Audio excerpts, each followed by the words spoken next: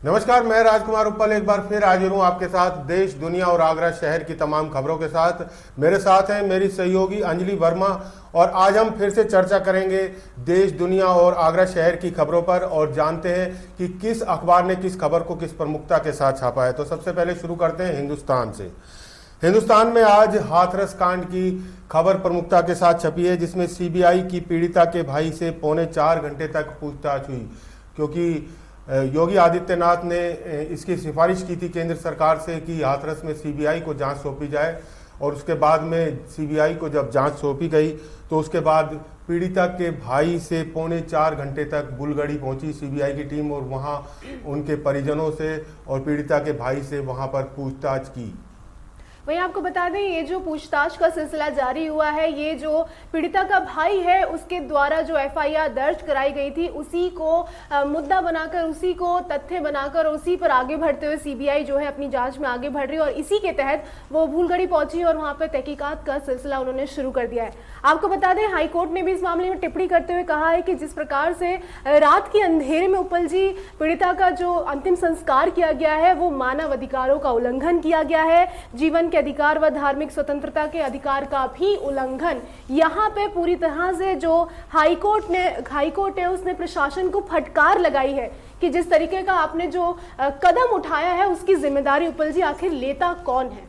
जी, सही कहा आपने। पीड़िता का देर रात अंतिम संस्कार मानवाधिकार का हनन है, ये हाईकोर्ट ने कहा है, क्योंकि कोर्ट ने सरकार से पूछा था कि डीएम को क्यों निलंबित नहीं किया गया, एसएसपी पर ही क्यों गाज गिरी, जबकि इसके लिए जिम्मेदार तो प्रशासन भी होता है और प्रशासन से सहमति ली गई थी, तो फिर डीएम के ऊपर क्यों नहीं गाज गिरी है। तो ये कहीं ना कहीं एक सवाल भी खड़ा करता है हमारी इस व्यवस्था पर। वहीं हाईकोर्ट ने ये भी कहा है कि राजनीतिक दल हो या फिर मीडिया हो, कोई भी इस तरीके की बातें ना करे जो इस मुद्दे को दूसरी तरफ लेके जाए और भटकाने का काम करे। एक तरीके से कहा जा सकता है उप्पल जी, जो हाईकोर्ट है उसने मीडिया और राजनीतिक दल को भी कहीं ना कहीं इशारा कर दिया है कि आप लोग मुद्दों को ना भटकाएं। जिस तरीका का माहौल यहाँ पर चल रहा है पूरी तरह से राजनीतिक रूप ले चुका है आगे। अब देखने वाली बात होगी कि किस तरीके से ये जो माहौल है आगे बढ़ेगा और हाईकोर्ट ने जो ये टिप्पणी अभी करी है ये मामले को कहां तक लेके जाएगा उप्पल जी।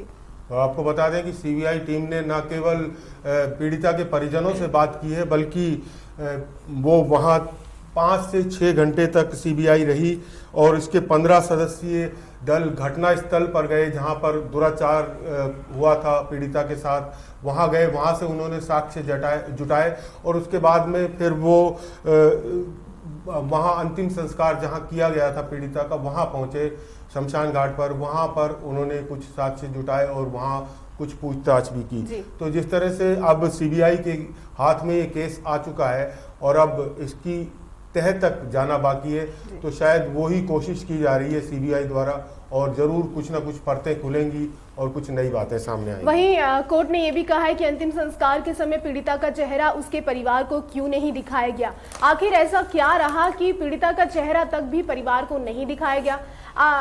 लास्ट तक पीड़िता के परिवार जिला प्रशासन से गुहार लगाता रहा कि हमें अपनी बेटी का शव हमें दे दीजिए, हमें घर पे ले जाना है, कुछ रीति रिवाज है, हमारे कुछ रिचुअल्स हैं जिनको हमें फॉलो करना होगा। लेकिन उप्पल जी, ऐसा क्या हुआ कि रात में ही अंतिम संस्कार कर दिया गया और यहाँ तक कि आप ले जा रहे संस्कार के लिए पीड़िता का चेहरा नहीं दिखाया जा रहा। ये किस प्रकार का व्यवहार रहा है? जी हाँ, इसीलिए हाईकोर्ट ने फटकार लगाई है प्रशासन को, अधिकारियों को और सरकार को कि क्यों ऐसा किया गया जिससे कि मानवाधिकार का उल्लंघन हुआ है। तो कुल मिलाकर ये बिल्कुल एक गलत बात है, लेकिन कहीं ना कहीं एक प्रशासन की मजबूरी भी थी, क्योंकि जिस तरह से वहाँ पर माहौल बिगड़ रहा था, निरंतर नई बातें सामने आ रही थी, नए लोग वहाँ पर मिलने आ रहे थे, राजनीतिक दलों का जमावड़ा लगा हुआ था, कार्यकर्ता पुलिस के खिलाफ नारेबाजी कर रहे थे, प्रशासन को कोस रहे थे।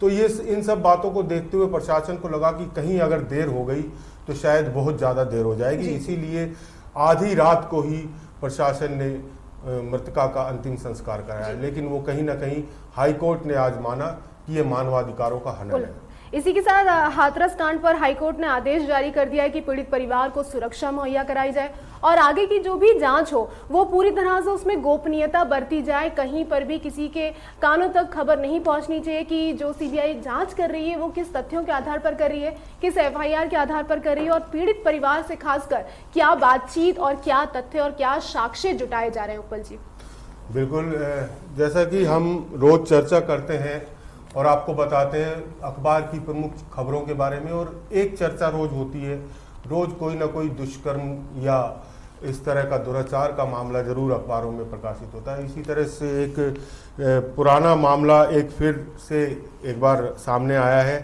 5 सितंबर 2019 को ये मामला हुआ था। एफआईआर हुई थी नई दिल्ली में। एक पीड़िता ने चिन्मयानंद के खिलाफ, चिन्मयानंद उर्फ कृष्णपाल सिंह, इनके खिलाफ अपने लिए मुकदमा दर्ज कराया था और ये कहा था कि इन्होंने मेरे साथ दुराचार किया है। लेकिन अब उसकी गवाही जैसे जैसे आगे बढ़ी, मुकदमा जैसे जैसे आगे बढ़ा और बिल्कुल नज़दीक आने का जब समय हुआ कि कुछ फैसला आ सकता है, ऐसे समय में जो पीड़िता थी वो मुकर गई कि मेरे साथ कोई दुराचार नहीं हुआ।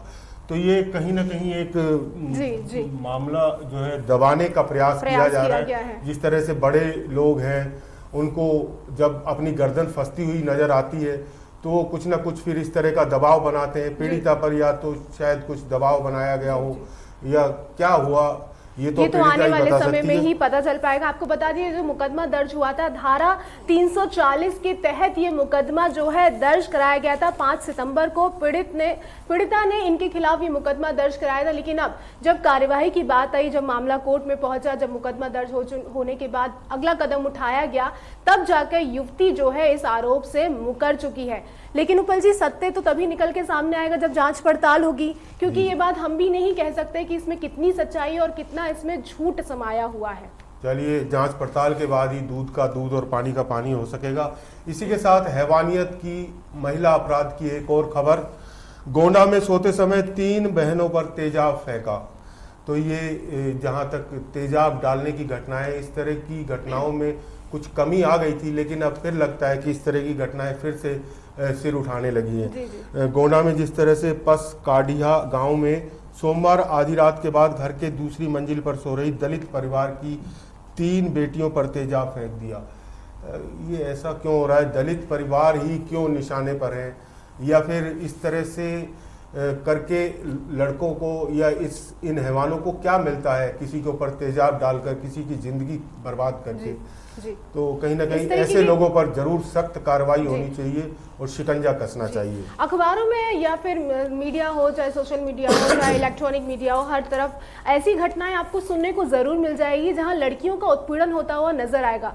और अगर तेजाब मामले की अगर हम बात करें तो सरकार द्वारा मनाही है कि खुले में आप लोग तेजाब नहीं बेच सकते, लेकिन क्यों इस पर उपल जी कार्यवाहियां इतनी सख्त नहीं हो पा रही है, कानून इतने सख्त नहीं हो पा रहे हैं कि खुले में तेजाब बिक रहा है।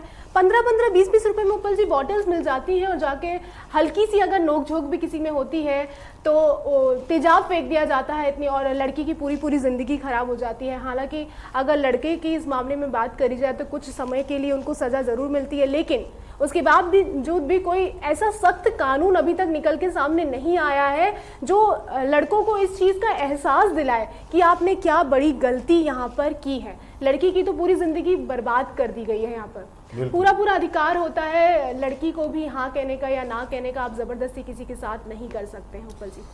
चलिए, इतनी गंभीर खबरों के बीच में एक और हल्की फुल्की खबर, छोटी सी हंसी वाली खबर। बाबा रामदेव सभी जानते हैं, योग गुरु हैं, सबको योग सिखाते हैं। हथनी को भी योग सिखा रहे थे, हथनी के ऊपर बैठकर। हथनी को गुस्सा आया और उन्हें नीचे पटक दिया। कल की घटना है, ये वीडियो वायरल हुआ था, इसका काफी चर्चा का विषय ये बना हुआ है कि हाथी के ऊपर या हथनी के ऊपर बैठकर योग करने का ये क्या नया फंडा था बाबा का। जी, लगता है बाबा रामदेव भी योग से हटकर कुछ नयापन लाना चाहते हैं अपने योग क्रियाओं में और कुछ एंटरटेनिंग शायद करना चाह रहे थे, लेकिन यहाँ ये जो एंटरटेनिंग वाली चीज है वो उल्टी ही साबित हो चुकी है। मुझे तो लगता है कि हथनी बाबा के योग को देखकर खुद भी प्रसन्न नहीं मगन हो गई कि वो खुद भी उसने सोचा कि मैं भी कुछ योग करूं, और जैसे ही उसने कुछ हल्का सा अपना शरीर हिलाया, बाबा धड़ाम से नीचे जा गिरे। तो बाबा जरा देखिए। बढ़ते हैं फिर आगे की अगली खबर की तरफ। दैनिक जागरण में खबर प्रकाशित हुई और ज़्यादातर अखबारों में ये खबर प्रकाशित हुई है कि अलीगढ़ की खिलौना फैक्ट्री में धमाका हुआ है, जिसके कारण 4 लोगों की मौत हो चुकी है। इसमें आपको बता दें, कंप्रेसर फटने से हादसा, जिसमें 1 किलोमीटर दूरी तक इसकी आवाज़ भी सुनाई दी थी। फैक्ट्री की छत उड़ी, एक मकान गिरा, कई दीवारें भी दरदर हुई थी जो टूट चुकी हैं। काफ़ी बड़ा हादसा है और प्रमुखता के साथ ज़्यादातर अखबारों में इस खबर को जगह दी गई है। इसी में बयान जारी किया था आईजी पीयूष ने कि हादसे में 4 लोगों की मौत हुई है, 3 लोग गंभीर रूप से घायल हैं। अभी तक जांच पड़ताल की जा रही है, जिसमें ये साबित नहीं हुआ है कि आखिरकार ये जो धमाका हुआ है इसका कारण क्या बना है। तो इसी के साथ एक और खबर, कार्रवाई, जैसा कि आपको हमने कल भी ये खबर बताई थी कि ताजगंज स्थित पुष्पांजलि इको सिटी में बच्चों के बीच में मामूली झगड़ा हुआ था, और झगड़ा बढ़ते बढ़ते इतना बढ़ गया कि वो बड़ों तक पहुंच गया। उसके बाद एक महिला जलती हुई घर से निकली। अब उसके आरोप में, महिला की हत्या के आरोप में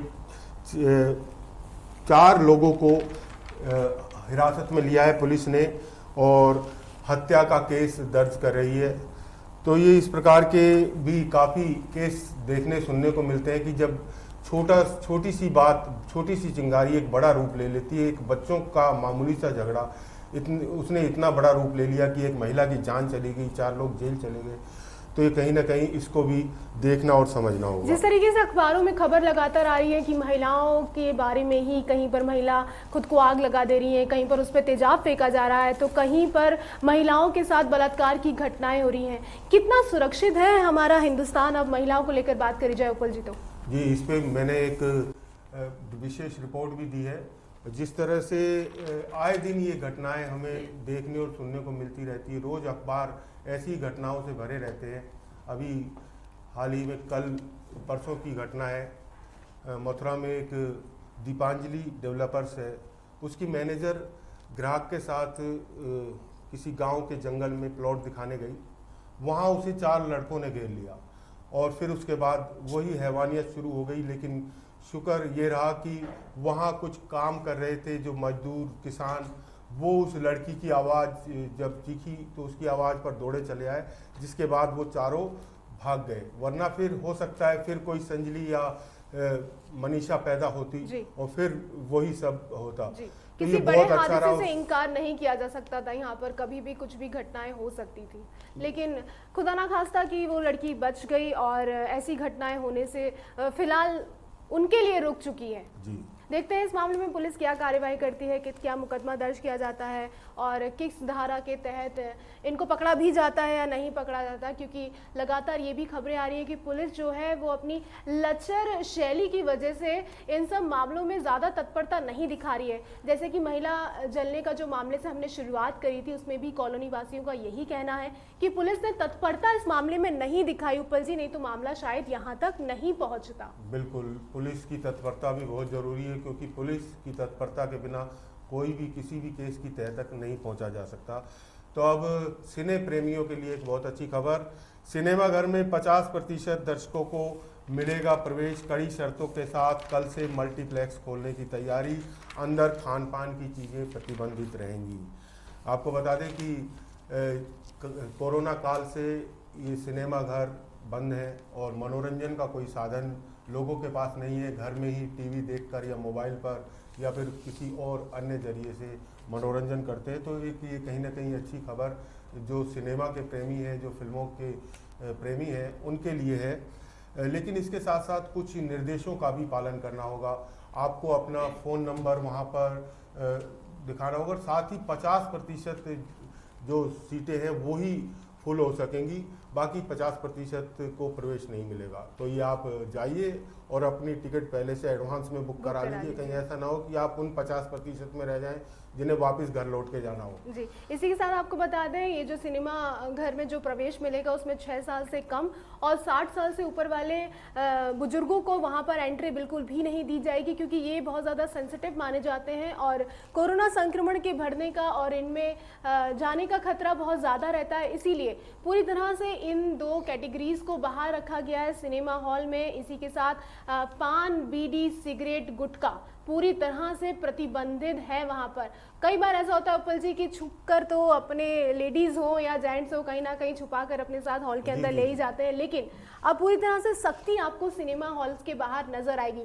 तो उपल जी, अगर आपसे पूछा जाए सख्ती के दौरान क्या आप जाएंगे अपने डर को भुलाकर सिनेमा हॉल्स में पिक्चर देखने के लिए या नहीं जाएंगे? मैं तो बिल्कुल नहीं जाऊंगा, मैं घर पर टीवी देखना पसंद करूंगा क्योंकि सिनेमा हॉल एक बंद रहता है, चाहे आप उसमें 50% दर्शकों की एंट्री दे रहे हैं, लेकिन वो पूरी तरह से बंद होता है, एसी होता है और उसमें संक्रमण फैलने का खतरा ज़्यादा होता है क्योंकि वो अंदर ही उसकी जो कण है वो अंदर ही बने रहेंगे। अगर एक भी गलती से एक भी संक्रमित मरीज प्रवेश कर गया तो फिर क्या होगा? फिर तो एक तरह से कोरोना बम ही फूटेगा, आसपास के लोगों को तो ले ही डूबेगा वो। क्योंकि 3 घंटे का समय होता है और 3 घंटे का समय संक्रमण के लिए बहुत बड़ा समय है। बहुत बड़ा समय। आधे घंटे में ही संक्रमण काफी तेजी से फैलने लगता है, तो 3 घंटे एक तरह से बैठेगा कोई इंसान अगर संक्रमित आ गया तो शायद। तो इसलिए मेरी अपनी सलाह है कि मैं नहीं, अगर आप जाना चाहते हैं तो बिल्कुल जाइए, देखिए, और सरकार ने इसीलिए खोले हैं सिनेमाघर। इसी के साथ एक और बच्चों को खुश करने वाली खबर, बच्चों को बड़ी इस समय हो रही है, छुट्टियां काफ़ी लंबी हो गई। गर्मी की छुट्टियां 1.5 महीने की होती थी, लेकिन अब तो 5 से 6 महीने होने को आए और स्कूल बंद हैं। तो इसी के साथ एक स्कूल संचालकों के लिए भी अच्छी खबर है, लेकिन शायद माँ बाप जरूर चिंतित हैं। ताज नगरी में 19 से खुलेंगे स्कूल। 19 अक्टूबर से फिर से ताज नगरी में स्कूल खोलने की तैयारी है, लेकिन इसके साथ ही कुछ निर्देशों का पालन भी स्कूल संचालकों को करना होगा। इस संबंध में अधिकारियों के साथ स्कूल संचालकों की बैठक भी हुई है और ये बैठकों का दौर अभी और आगे 1-2 दिन चलने वाला है। तो ये कहीं ना कहीं एक स्कूल संचालकों की भी जिम्मेदारी है और उनको माता पिता दोनों से सर्टिफिकेट लेना पड़ेगा, उनकी सहमति लेनी पड़ेगी, तभी बच्चा स्कूल आ सकेगा। और इसमें भी आपको बता दें कि 50% बच्चे ही स्कूल आ सकेंगे और 50% दूसरी पारी में आएंगे। तो ये अल्टरनेटिव ये रखा गया। इसी के साथ ये भी गाइडलाइन जारी कर दी गई है कि स्कूल सिर्फ 3 घंटे के लिए ही ओपन किया जाएगा। इससे ज़्यादा का समय अभी स्कूलों के लिए नहीं मुहैया कराया गया है। इसी के साथ कई ऐसी संस्थाएं हैं जो लगातार स्कूल खोलने का जब से निर्णय आया है तभी से विरोध कर रही हैं। उपल जी, अभी हमने देखा है कि कई ऐसी संस्थाएं हैं, बड़ी बड़ी संस्था हैं जो स्कूल बंद होने के टाइम जो उभर कर आई हैं वो अब अपना अच्छी तरह से जम चुकी हैं, और वही जो संस्थाएं अभी भी विरोध कर रही हैं कि आप कैसे स्कूल खोल सकते हैं, कैसे आप लोग बच्चों के ऊपर रिस्क ले सकते हैं। लेकिन उपल जी, कहा जाता है कि चलती का नाम ही जिंदगी है और स्कूल को भी चलना होगा। बिल्कुल आपने सही कहा अंजलि। बहुत सारी ऐसी फिलहाल हाल ही में ऐसे एनजीओ और सामाजिक संस्थाएं आई हैं सामने जो इस तरह का विरोध कर रही है, और साथ ही साथ वो ये भी विरोध कर रही है कि बच्चों से जो लॉकडाउन की फीस है वो ना ली जाए। तो ये भी एक कहीं ना कहीं सरकार को एक सोचना होगा, क्योंकि 4-5 महीने बिल्कुल लोगों का काम धंधा ठप रहा, लोग घर पर बैठे रहे, तो ऐसे में वो किस प्रकार से बच्चों की फीस अदा कर पाएंगे। तो कहीं ना कहीं तो सरकार को भी कुछ इसमें कदम उठाने चाहिए और इसमें हस्तक्षेप करना चाहिए। एक और सरकारी लापरवाही की, जिस तरह से हम रोज़ाना कोई ना कोई खबरें इस तरह की पढ़ते हैं, कहीं धूल मिट्टी का गुबार है तो कहीं गड्ढे हैं। एक और ऐसी खबर है, दयालबाग में दौड़ती बाइक 6 फुट धंसी सड़क में गिरी। तो जगह से जगह सड़क धंस रही है और दुर्घटनाएं हो रही हैं। ऐसी सरकारी लापरवाही ने एक और ज़िंदगी पर भारी पड़ गई। दयालबाग में मंगलवार को जयराम बाग की ओर से जाने वाली सड़क अचानक धंस गई, 6 फुट तक का गहरा गड्ढा हो गया। शाम को एक युवक बाइक समेत उस गड्ढे में गिर गया। चीख पुकार पर पहुंचे लोगों ने युवक को निकाला और उसे अस्पताल में पहुंचाया।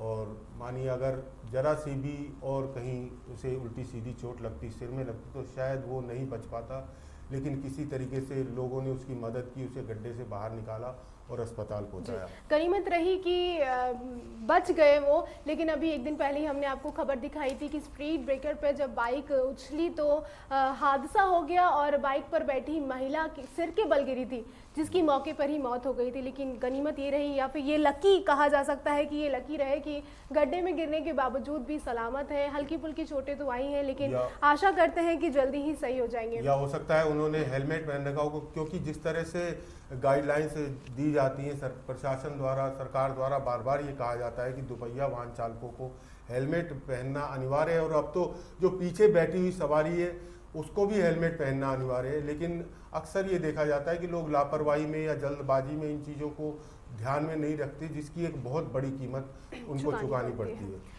तो इससे आगे बढ़ते हैं खबर की तरफ, एक और जहां एक तरफ गड्ढा मुक्त सड़कें, आगरा में जो सपना है वो पूरा होता तो नजर नहीं आ रहा है, लेकिन प्रदूषण जो है वो बढ़ता हुआ लगातार नजर आ रहा है।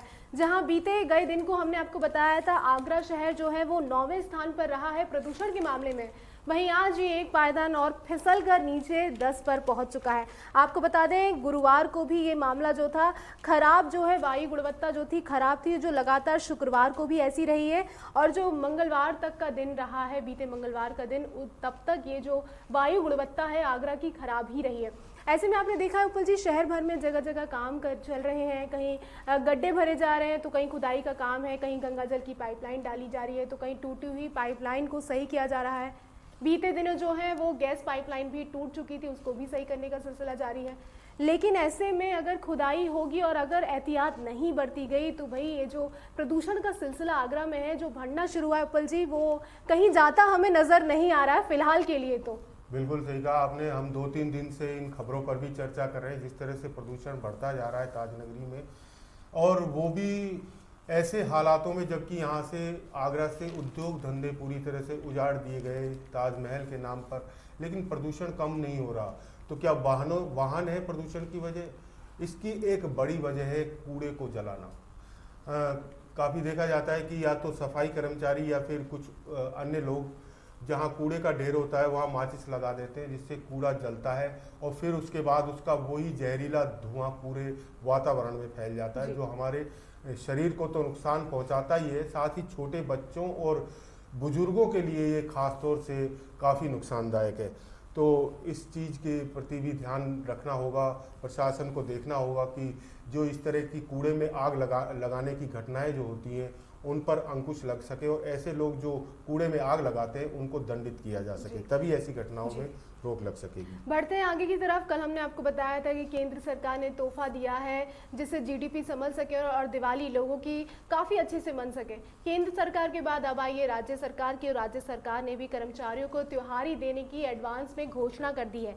आपको बता दें मुख्यमंत्री योगी आदित्यनाथ ने वित्त विभाग को केंद्र की तर्ज पर कार्य योजना तैयार करने के निर्देश जारी कर दिए हैं। इसी के साथ 16 लाख राज्य कर्मचारियों, शिक्षकों और शिक्षणेतर कर्मचारियों को इससे लाभ हो सकता है।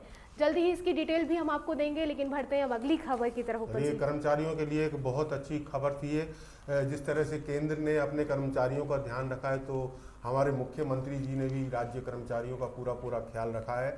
दीपावली सर पर है और खर्चे भी काफ़ी बढ़ जाते हैं त्यौहार पर, तो उसे देखते हुए बोनस जिस तरह से बांटा जा रहा है और वो काफ़ी राहत देगा कहीं ना कहीं कर्मचारियों को। त्योहारों के सिलसिले को आगे बढ़ाते हैं और आपको बता दें इस त्योहार पर एक और तोहफा आगरा वासियों को मिल चुका है। आगरा को मिली है इस त्योहारी स्पेशल सीजन में 12 नई ट्रेनों का तोहफा मिला है। उपल जी, अगर आपको कहीं सफर तय करना उपल जी तो फटाफट अपनी टिकट को आप बुक करा लीजिए। बिल्कुल। तो चलिए बढ़ते हैं अब कोरोना की तरफ। कोरोना काल तो वैसे ही चल रहा है और रोज कोरोना की खबरें आपको हम देखते हैं और आप तक पहुंचाते हैं। तो ये है खबर छपी है आगरा की मुख्य संवाददाता के कलम से, कोरोना की बदलती चाल से बड़ी घबराहट।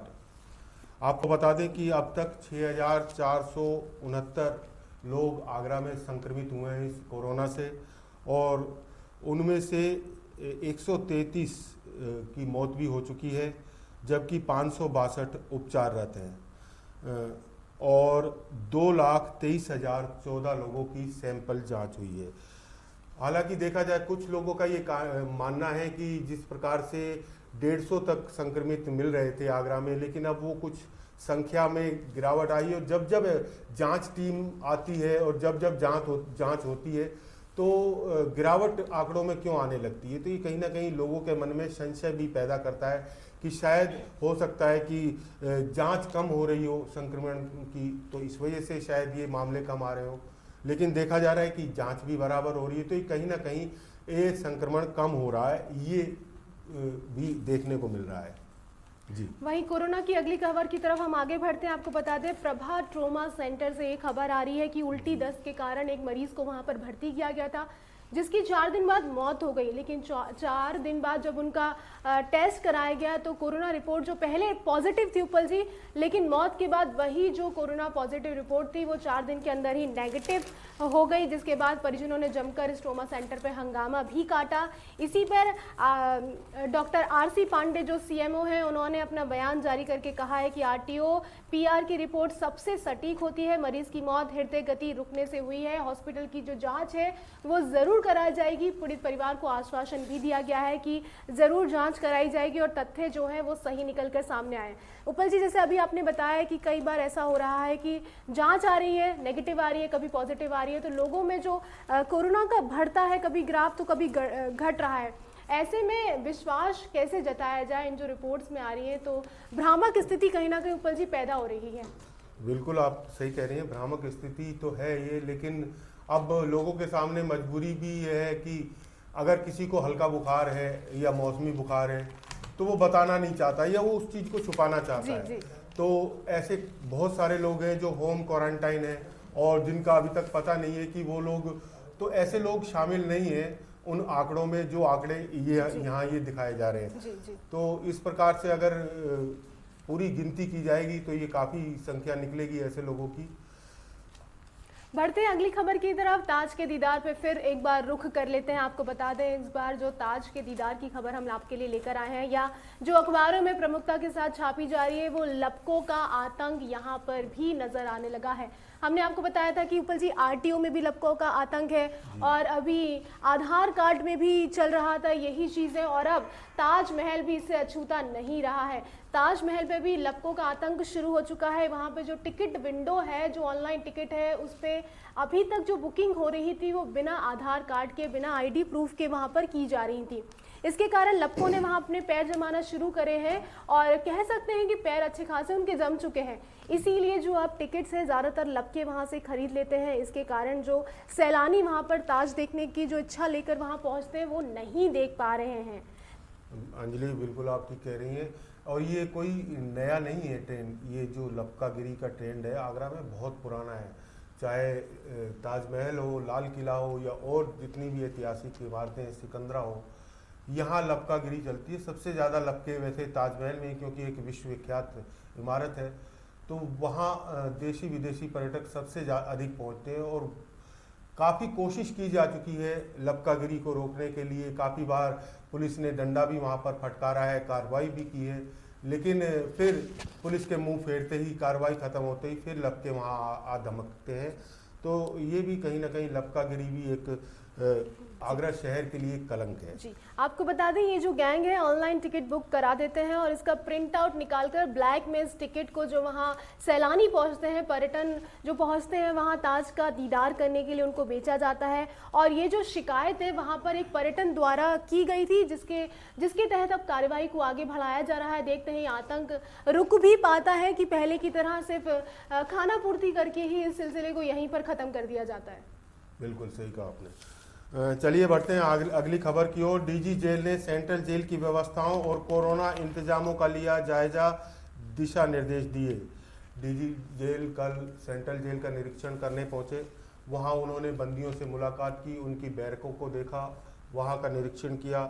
इसके अलावा सेंट्रल जेल में निरुद्ध विधायक विजय मिश्रा के मोबाइल नंबर से चौथ मांगने का एक प्रकरण भी सामने आया था। उस मोबाइल की भी जांच हो रही है और साथ ही साथ ये भी नज़र रखी जा रही है कि कहीं कोई कैदी कोई अवसाद की स्थिति में तो नहीं है या कोई सुसाइड तो नहीं कर सकता, तो इसके लिए भी नज़र रखी जा रही है।